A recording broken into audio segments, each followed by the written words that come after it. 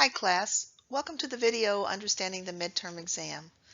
This video will take you through step by step how to prepare for the exam and how to take the exam. Let's get started.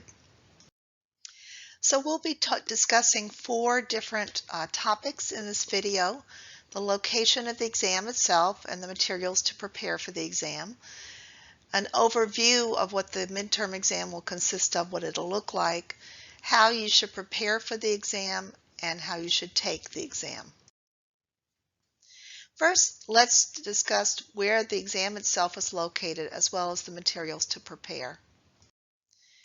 As you can probably guess, all the materials as well as the link for the exam will be in the assignments folder on the course materials page.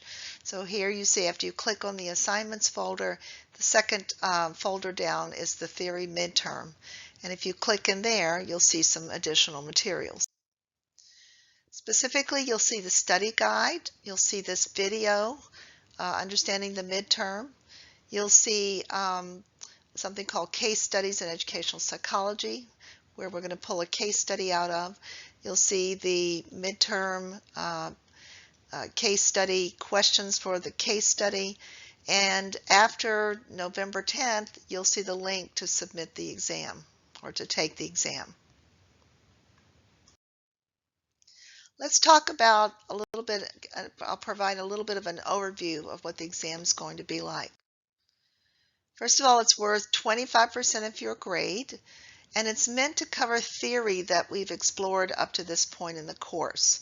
So the course is sort of broken into two parts. The first part has been theory. So you've been learning a lot about learning theory and motivational theory.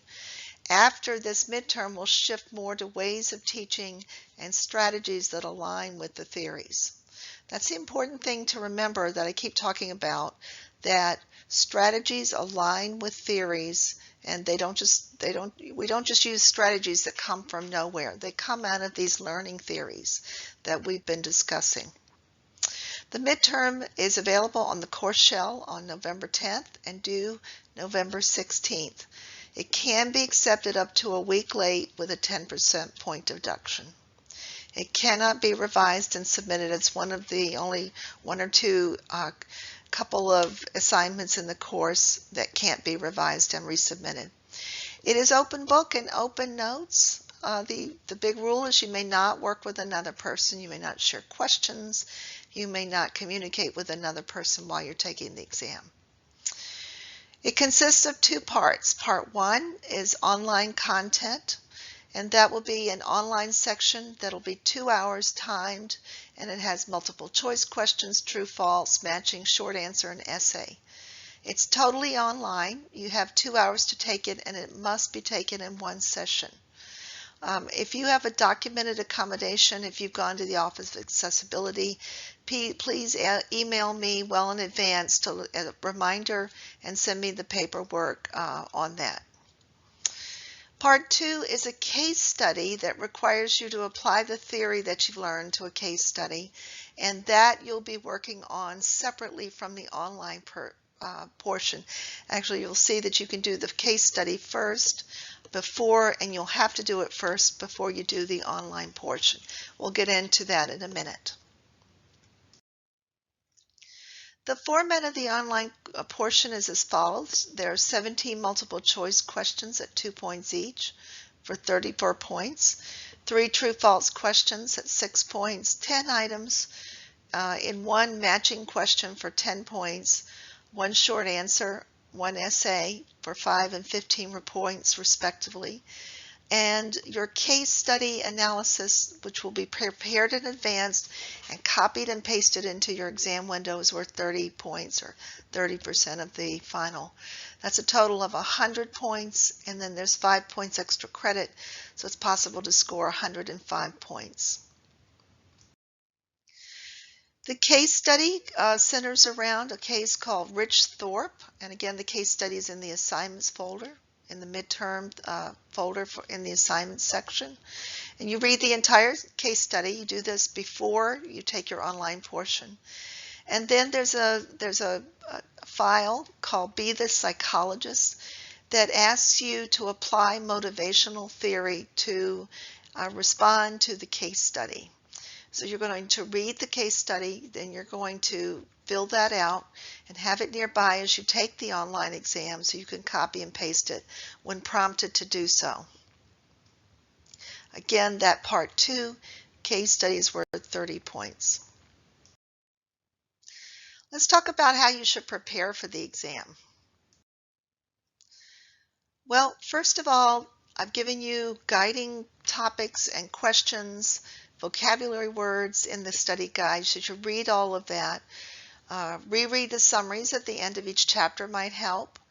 View the PowerPoints from the lecture, or at least look at the PowerPoints folder, and I'll show you where that is in a minute. And then look at the bullets on the study guide and see how many you can do. You could even prepare notes to help you while you take the exam. That's fine. Why don't I worry about this being open book or open notes? Well, because most of the questions are fairly sophisticated and that they will ask you to apply knowledge. So don't concentrate on memorizing information. Instead, try to understand concepts and how they apply.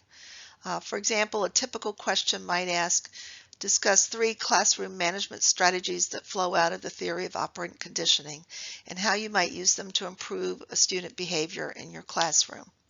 So that, in order to answer that question, you have to understand what the theory is, what the strategies that come out of it are, and how you could apply them in the classroom.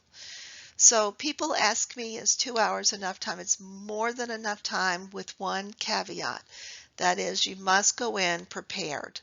If you don't know what the theory of operant conditioning is and you have to take time to look it up and read it and then try to figure out what strategies you could think of, you're going to run short of time. But if you have your exam study guide prepared, you have done the steps that I suggest here, you should have no trouble finishing the exam early. These are the concepts in the study guide. What I do is I go through each chapter each week and I list the vocabulary words and then some important questions for you to know how to answer. So, for example, in chapter 1, we emphasize why it's important to study educational psychology. What does it mean to teach with intentionality and why is that important? And what is the relationship between theories we study and the strategies we use in the classroom? So that's what I meant when I said you could actually go back and answer these questions and take that with you into the exam, and that would help you tremendously. You can also review the course PowerPoints if you don't feel like listening to all the lectures again. They are located in the course PowerPoints file on the course materials page, right above the discussion board exemplars link. So if you click on that, you'll see all of the course PowerPoints that were used to develop the lectures. And so you could just flip through the sides if you'd like on your own, rather than listening to the videos or watching the videos again. Let's talk about taking the exam. So you'll take the exam next week, and what you need to start to do is to review the concepts in the study guide, read the case study, Rich Thorpe, look at the document, Be the Psychologist, start to fill that out. In the document, you're provided with a table identifying 4 motivational theories. For each theory, write from the perspective of a psychologist using that theory, and use the theory to develop strategies to deal with the situation. Also below the table, this is important to note, there's a short reflection. And so what you're going to need to do there is write about that. So don't forget to do that part. Then, after you've completed your case study and your reflection, you're going to complete the online portion of the exam.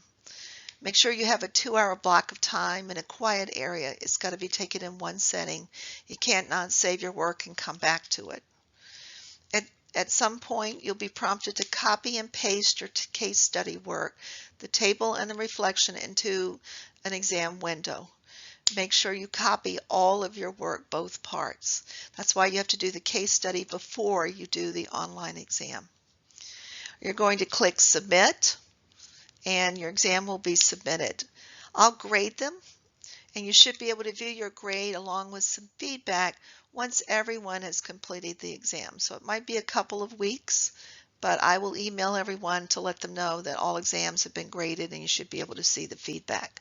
You'll be able to see your correct answers, your incorrect answers, and feedback. That's it. If there are any questions, as usual, feel free to email me. No question is too small.